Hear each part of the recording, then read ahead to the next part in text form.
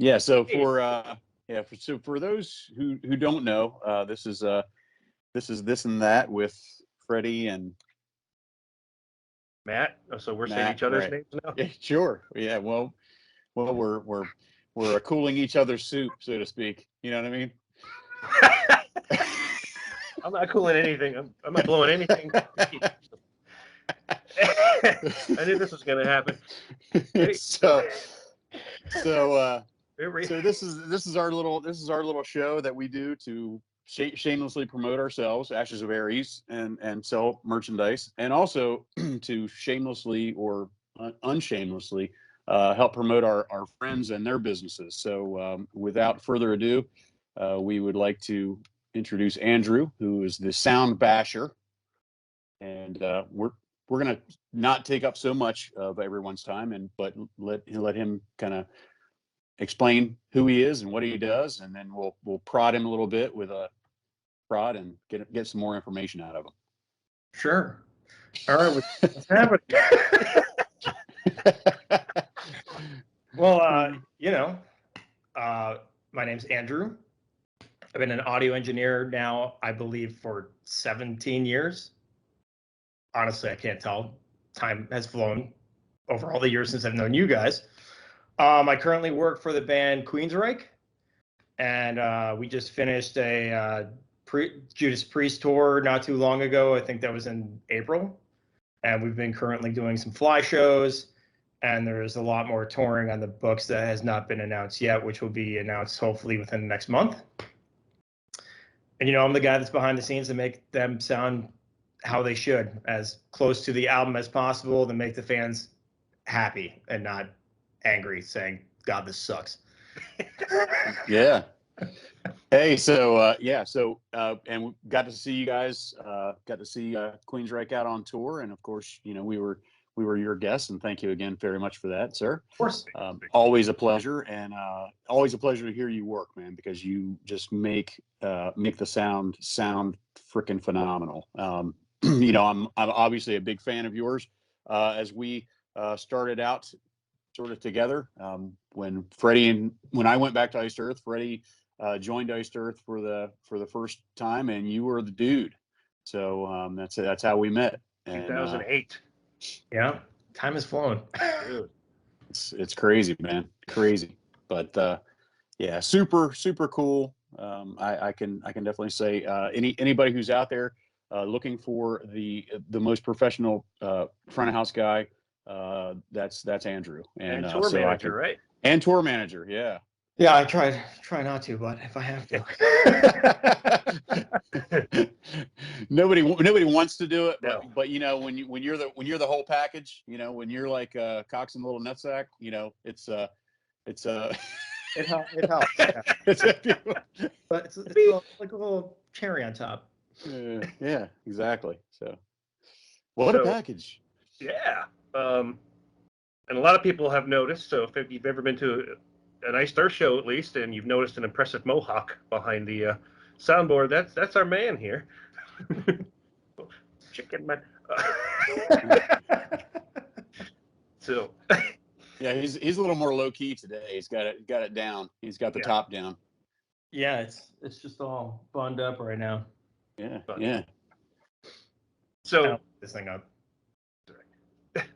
So one of the things I think you'd be really good at talking about is, when a fan goes to see a show and the opening band has just finished and there's like 40 minutes or 20 minutes, whatever it is, between the headliner, people are like, hey, everything's ready. Why don't they just go on already? So why don't you tell them what's actually going on? Well, it's there's a lot of logistics in between when it goes into a changeover, between making sure that all the wireless is working if the bands are on guitar wireless or vocal wireless. The audio engineers like myself and the monitor guy, if there is one, needs to make sure that everything is still patched in and still working correctly. So you got to do a line check to make sure all your inputs are coming where they need to be.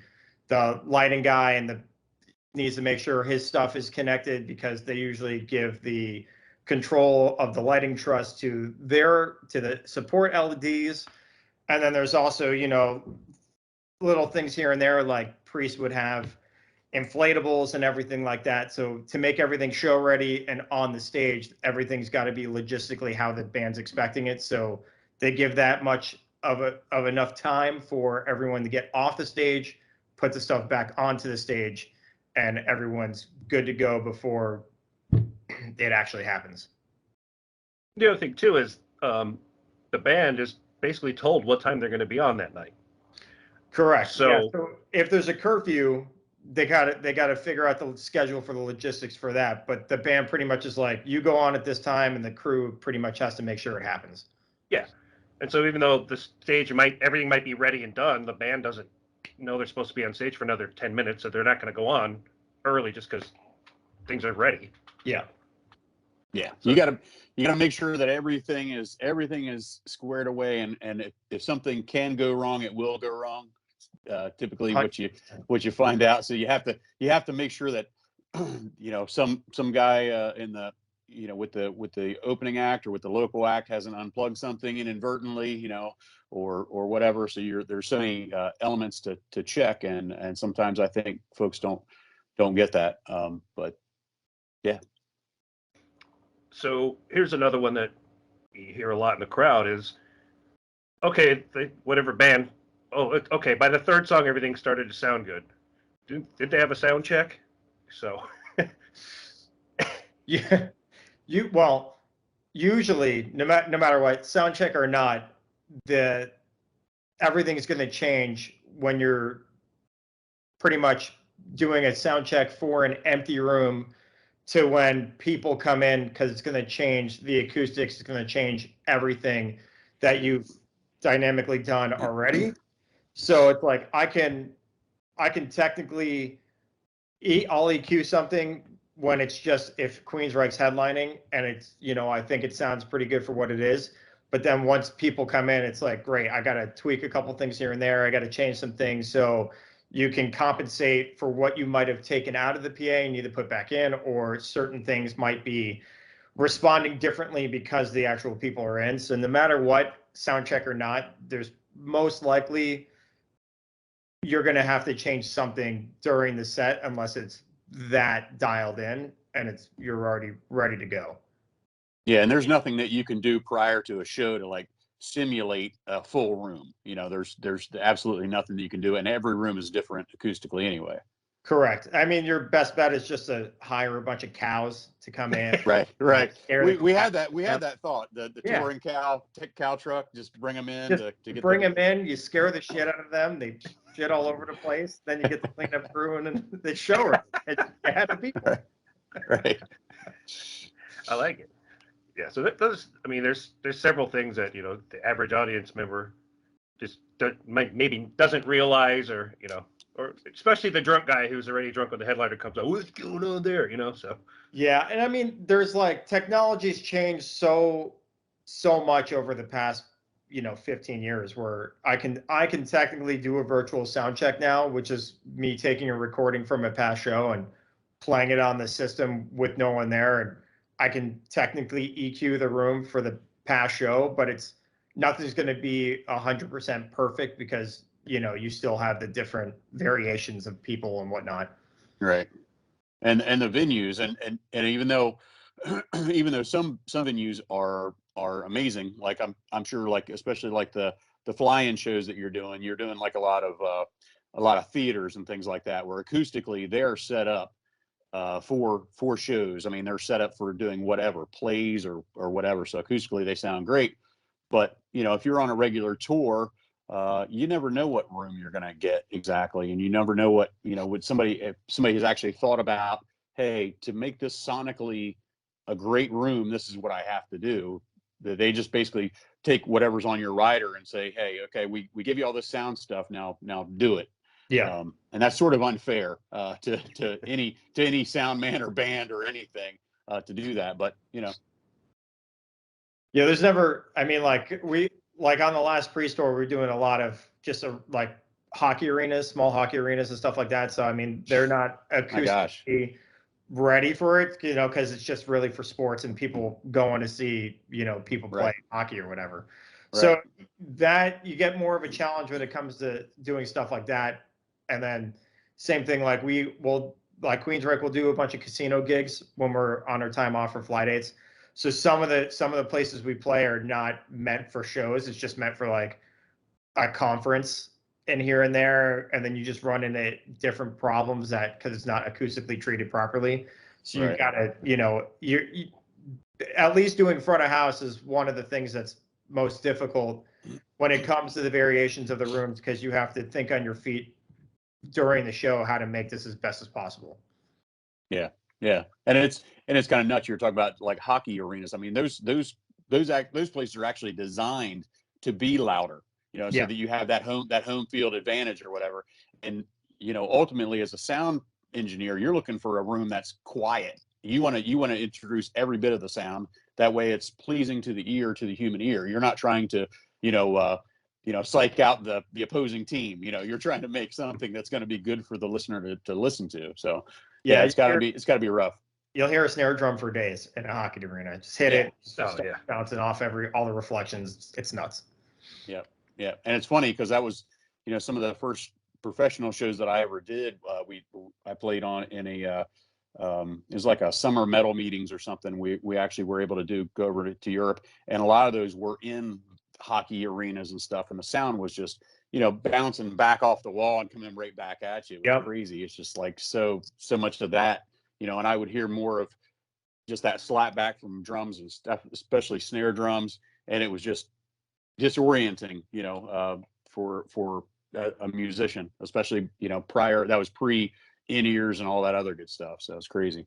Yeah, it definitely throws you off. And it's funny because Todd from Queensryche literally said to me, he's like, "You're throwing a delay in this one song and it's throwing me off." He's like, "Please don't do it anymore." And I'm like, "Oh, okay." Yeah. So I get it. Yeah. At least he was nice to you about it. Yeah, Yeah, So a lot of people, so when you're touring with bands like you did with us, a lot of people don't realize you guys are like the first ones up in the morning. Yep. And the last ones to go to bed. 100%. And somehow you still managed to party. I don't know how you did it. When, there's always somewhere in there where it's like, all right, at least those, like, I've had a long ass day. I need to have a drink or I need to wind down somehow. And it's like, when you're up from, even if it's 8 a.m. to load in at the worst times, and then you get back on the tour bus by 2 a.m. because you guys were the headliner. It's it's like you as tired as you are, you don't want to go to bed immediately. You just want to kind of sit down, chill, relax, wind down, and usually have a drink in between and watch Dumb and Dumber over and over again. Yeah, definitely. Yeah, that is one of the things that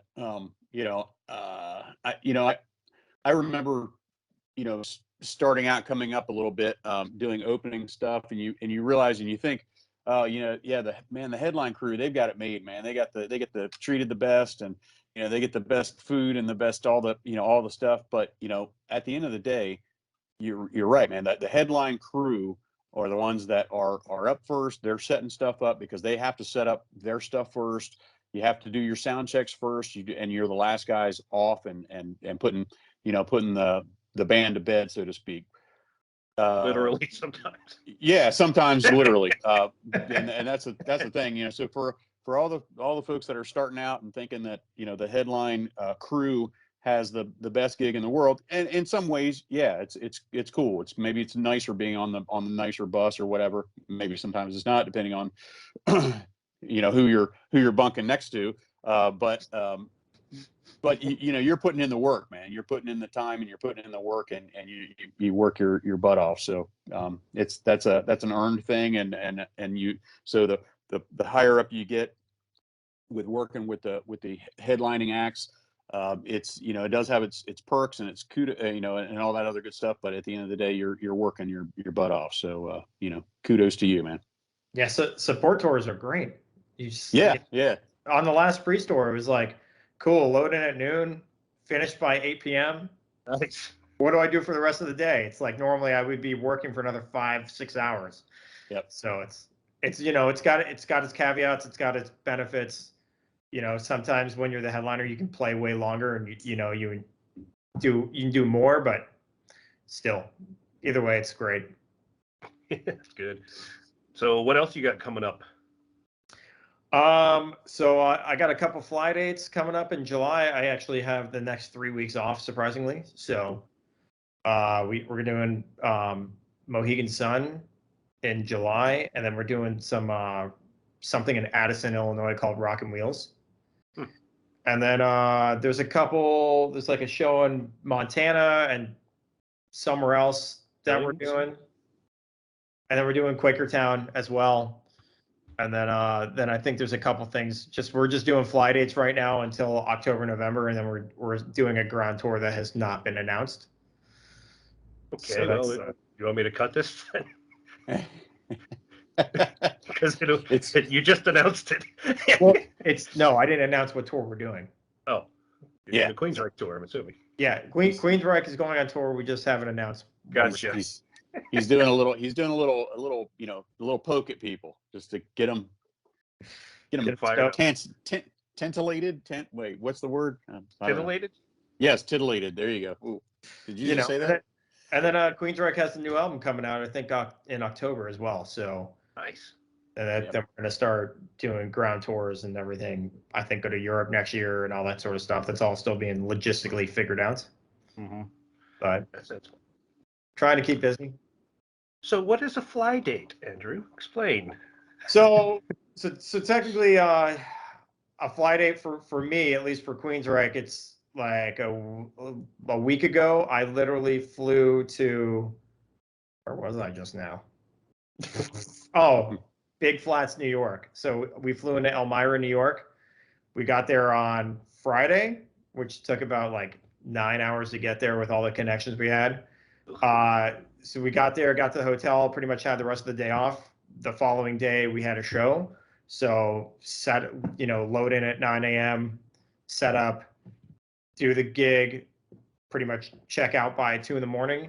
And then we had to fly back home at 6 a.m. So pretty much at the airport by 4 a.m. So literally a fly date is me flying in, I do a concert, and I fly right back home the following day. Depending on the schedule, we might have 2 shows in that fly date week. So it's fly there, do a show, fly somewhere else, do a show, fly home. Yeah, and those are rough too. Yeah, it's like South America. Ugh. Yeah, I mean, love South America, but why do we have to fly out at 5, 6 in the morning? Ugh. And load in the same day. So you get showered, you get to bed maybe at 2, and you got to be in the lobby at 4. Yeah, that's exactly what I did. It's about an hour and a half nap, and then go right to the airport. No point in even napping at that point. You just it really especially. I mean, like I honestly almost didn't, just because it was the fact that it was like, well, might as well. But my flight going there was at 6 a.m. and then flying out, it's like I was on zero sleep anyway. So that hour nap helped. Yeah, and I know for some people that are watching this, they're probably going, you guys are bitching about, going and doing shows and doing all this stuff. It's like a dream, and it is, without a doubt. I mean, it's a lifestyle choice and something that is super cool, no matter how you look at it. Without a doubt, it still doesn't change the fact that it's really hard to do. It's hard to make your body do that. Stay up for X amount of hours and be productive. I mean, a lot of it is hurry up and wait, which sucks too, because that sucks the soul right out of you. But you have to be up, like you said, load in at 9 o'clock in the morning or whatever, and you're doing stuff, busy. Then you're hurry up and wait.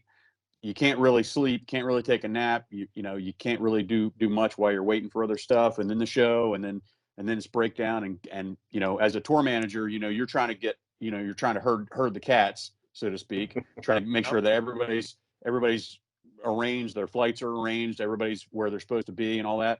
Because that's your livelihood, man. And if somebody misses a flight, then they may not blame you directly, but they're thinking, what did Andrew do? What could Andrew have done better? Why did I miss my flight? This just happened. Yeah. It's literally Okay. just happened. Yeah. So there you go. And it happens on, in various forms on different tours or whatever. And I can imagine with those kind of dates where you're flying in, it just adds to the variable of something like that happening even more. So Yeah, especially now, because like everyone's canceling flights because there's lack of pilots or weather or something else or crew. So, and that's exactly what just happened last week. One of my guys couldn't even make it to the show, so we had to completely like fly him into the same state but like 3 hours away. And then I had to book him an Uber at 2 a.m. to drive the 3 hours. So he had an Uber at 2 a.m., got to the hotel at like 4:35 in the morning, went to sleep for a couple hours, and showed up for sound check. So Wow. yeah. and that's all, that's all Delta. It's not us, because they're canceling flights left and right. It's just, it is what it is. Yeah. Wow. That's yep. So there you go. That's the glamour. That's the glamour side of the business. Yeah. Great Yeah, you always got times. to find a plan B just in case. The worst part's when your gear doesn't show up. That's when you have to figure something out. And you're Yes. so screwed. And people think Spinal Tap's a movie, a documentary. Happens all the time. No, it's real. Yeah. So, anything else you want to plug or tell people about? Didn't No. think so. Cool. You know. Just the amount of laughs we've had with this guy over the years is nuts. So, usually takes a few minutes to get the laughter out till we start talking again. Yo. So, anywho, well, thank you for joining us, young man. Of course. I don't feel so young no more. I'll probably But text you some funny shit in a minute. But anything else, Matthew? I think that's about it, man. Drew, man, thanks for being on, and good luck, and Thanks be for having me. be safe out there, and give all the guys in Queensryche our best. Will do. And See you when you pass through town again. I'll probably see you guys in October, November. We'll see you. I should think so. Probably. So. Okay. Anything else you want to announce that you shouldn't be? That's about it. He's got to go take a dump now. I mean, maybe he shouldn't announce that, but I just did it for him. He's got to get back to his doll back there. My child's not screaming at me right now, so it's fine. Cool, man. Thank you, All right, brother. guys. Well, thanks for having me. I appreciate it. We'll talk to you soon. Yeah, man, sounds good. See you, brother. Yeah.